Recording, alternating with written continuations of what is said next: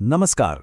चलिए आज हमारे चारों तरफ मौजूद एक बहुत ही आम चीज यानी कंप्यूटर के काम करने के तरीके को समझते हैं। हम सब जानते हैं कि ये डिवाइस हमारी जिंदगी का कितना जरूरी हिस्सा बन गई हैं। पर कभी सोचा है कि जब हम बस एक बटन दबाते हैं तो पर्दे के पीछे असल में होता क्या है? तो आज इसी सवाल का जवाब ढूंढते हैं।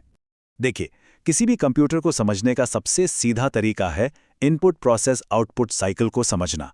चाहे कोई बहुत बड़ा सुपर कंप्यूटर हो या हमारे हाथ में रखा स्मार्टफोन, सब के सब इसी एक बेसिक सिद्धांत पर काम करते हैं। तो चलिए अपनी इस पड़ताल की शुरुआत कंप्यूटर के बाहरी हिस्से से करते हैं, जिसे हम उसका शरीर कह सकते हैं। ये बहुत ही आसान है। अगर किसी चीज को हम छू सकते हैं तो वो हार्डवेयर है।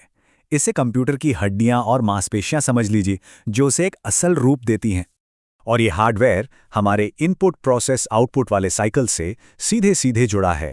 कीबोर्ड और माउस जैसे इनपुट डिवाइस कंप्यूटर के अंदर जानकारी भेजते हैं, और मॉनिटर और प्रिंटर जैसे आउटपुट डिवाइस प्रोसेस की हुई जानकारी को हमें वापस दिखाते हैं। अच्छा, तो अब जरा मशीन के अंदर झांकते हैं और उन हिस्सों को देखते हैं जो असल में सोचने और याद रखने का काम करते हैं। सीपीयू, यही असली जादूगर है। हम जो भी निर्देश देते हैं, ये उसे लेता है और एक सेकंड में लाखों करोड़ों कैलकुलेशंस कर डालता है। प्रोसेसिंग का सारा काम असल में यही हिस्सा करता है। तो ये पूरी कहानी जुड़ती कैसे है? इनपुट आता है, सीपीयू उसे प्रोसेस करता है और नतीजा आउटपुट के तौर पर बाहर चला जाता है। बस कंप्यूटर के हर काम के दिल में यही साइकिल है। कभी ऐसा हुआ है कि किसी जरूरी डॉक्यूमेंट पर काम कर रहे हों और अचानक कंप्यूटर बंद हो गया और सारा काम गायब? अरे, इसकी वजह है रैम और स्टोरेज के बीच का फर्क। रैम एक तरह से काम करने वाली मेज की तरह है। बिजली गई तो मेज साफ। वहीं स्टोरेज आपकी फाइल कैबिनेट की तरह है, जहां आप चीजों को हमेशा के लिए सेव करके रखते हैं। हमने शरीर देख लिया, दिमाग भी समझ लिया। अब आगे बढ़ते हैं और देखते हैं कि कंप्यूटर की आत्मा क्या है, यानी वो निर्देश जो इसे रास्ता दिखाते हैं।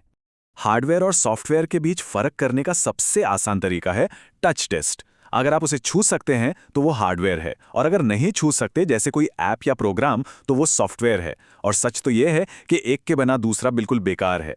ये लाइन इस पूरी बात को बहुत अच्छे से समझाती है। अगर हार्डवेयर शरीर है तो उसे चलाने वाली आत्मा ऑपरेटिंग सिस्टम है।